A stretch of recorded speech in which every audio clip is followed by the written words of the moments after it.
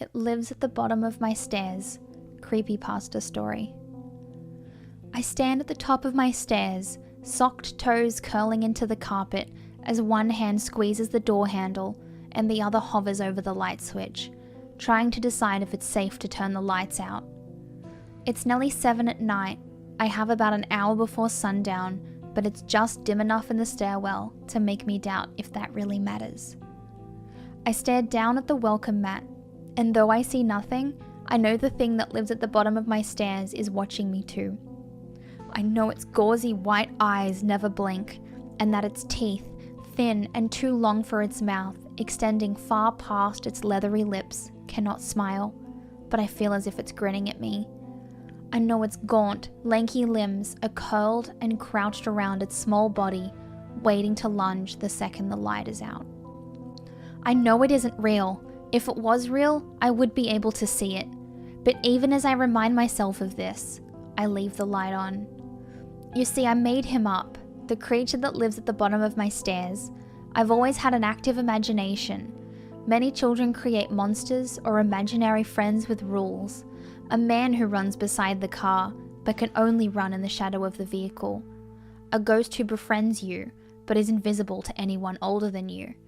A monster who waits at the bottom of your stairs, but can't move until the lights are out. I'm not sure why I never stopped doing this. I'm approaching my mid-20s, and most children stopped around 10, or at least they stopped talking about it. I try to keep my concerns to myself, though I have had to explain myself a time or two as to why I have to be the one who closes the door. I'm the only one who knows what he's doing, because I created him. The worst part is that I know he only exists because I think he does. There have been weeks or months where I can go up the stairs to my apartment and not feel his eyes on my back, his claw-like fingers waiting to rip into me. All it takes is a stray thought, and he's there again. There have been times where I was too slow to close my door after I turned the light out. Nothing happens right away, though I know he is in my apartment with me. There is always a chill in my spine and a cold stone in my stomach when he gets past my door. But it's not like he drags me down the stairs or anything. For some reason, though I know he is capable of killing me, he doesn't.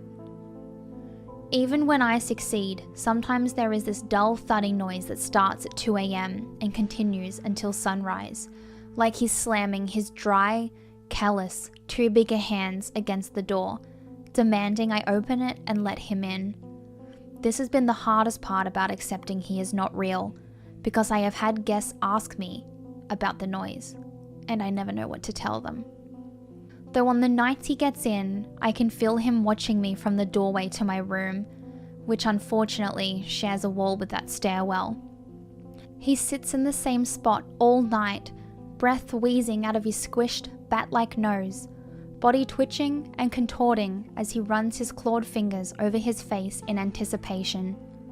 Though I have never claimed to have actually seen him, I will say I feel as if a trick of the light or a stray shadow has sometimes looked as if they were trying to reveal him to me.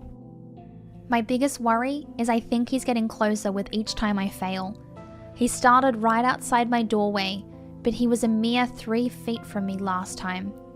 I can't really tell because he isn't real and because I can't see him, but I think he's getting more worked up. I don't know what he's so excited about, but I can guess it will happen when he has made his way to sit at the foot of my bed.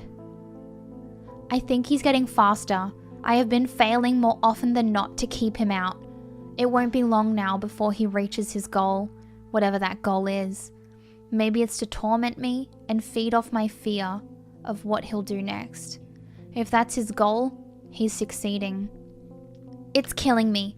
I can't sleep knowing he's there. I know he's never attacked me in the past, but I'm always scared that tonight will be the night he decides that enough is enough and goes for it. My lack of sleep is hurting my job. My paranoia is ruining my relationships. All I do is sit at home and hide away from the creature I don't know how to stop. I'm sick of it. So tonight, I'm not going to hide. Tonight, I'm leaving the door to the stairwell open when I turn off the light. I'm turning off all the lights in my awful apartment, and I'm going to sit on my bed in the dark. Tonight, when his twisted body lunges and lurches its way into my room, I'm not going to pretend I don't see him. I'm not going to pretend that just because I made him up, that means he's not real. I'm going to look him in those disgustingly cloudy eyes and accept my fate. I'm tired of waiting.